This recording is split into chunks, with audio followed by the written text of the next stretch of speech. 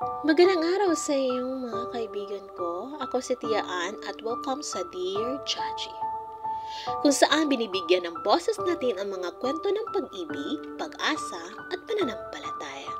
Ngayong araw, may natanggap tayong liham mula kay Leia, isang estudyanteng dumaan sa matinding pagsubok ngunit pinili ang tamang daan sa tulong ng panalangin at pagmamahal ng pamilya.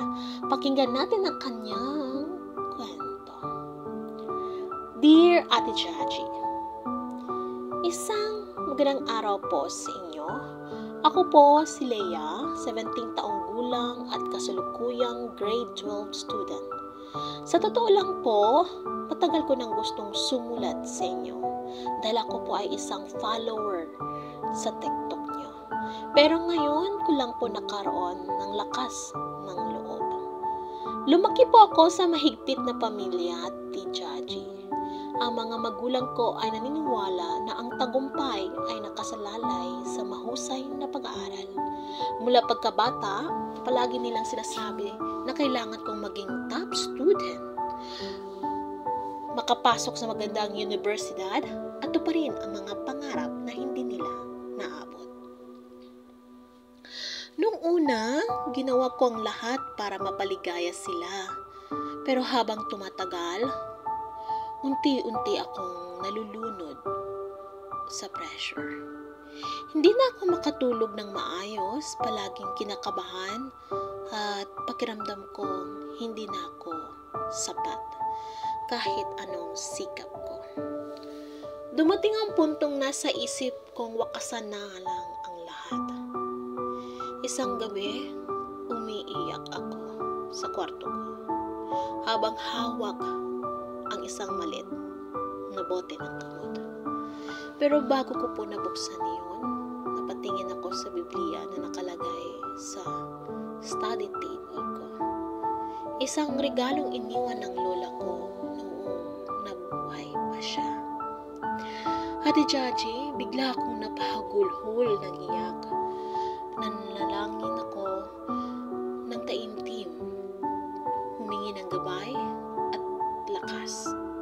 Kinaumagahan, nagdesisyon akong kausapin ang aking mga magulang. Sinabi ko sa kanila ang bigat ng dinadala ko at ang hirap ng naramdaman ko. Sa una, nagulat sila at hindi agad ako nakausap.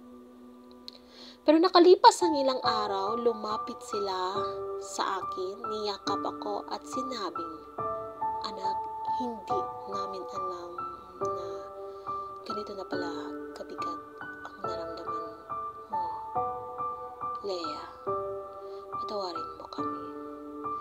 Ngayon, patuloy pa rin akong nag-aaral pero hindi na ako nag-iisa sa laban. Kasama ko na ang aking mga magulang na ngayon ay mas nakikinig at sumuporta sa akin. Hindi lang sa grades, kundi sa aking kaligayahan at pag-unawa. Maraming salamat po Ate Chachi dahil sa mga kwento niyong nagbibigay ng inspirasyon.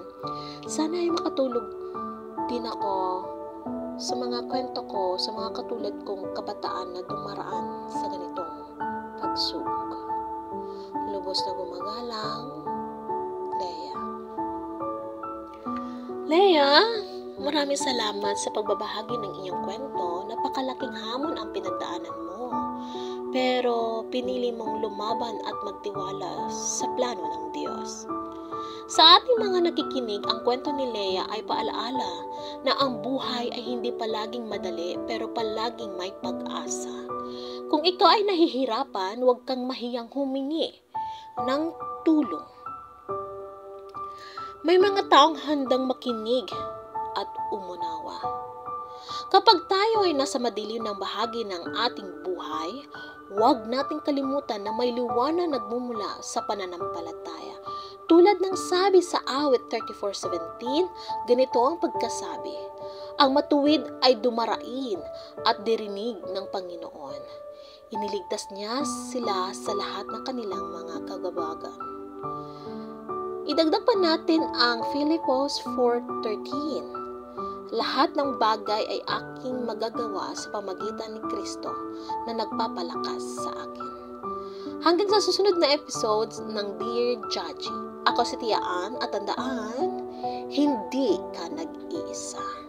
May pag-asa, may liwanag, at may pagmamahal sa bawat panalangin. Hanggang sa muli, ingat!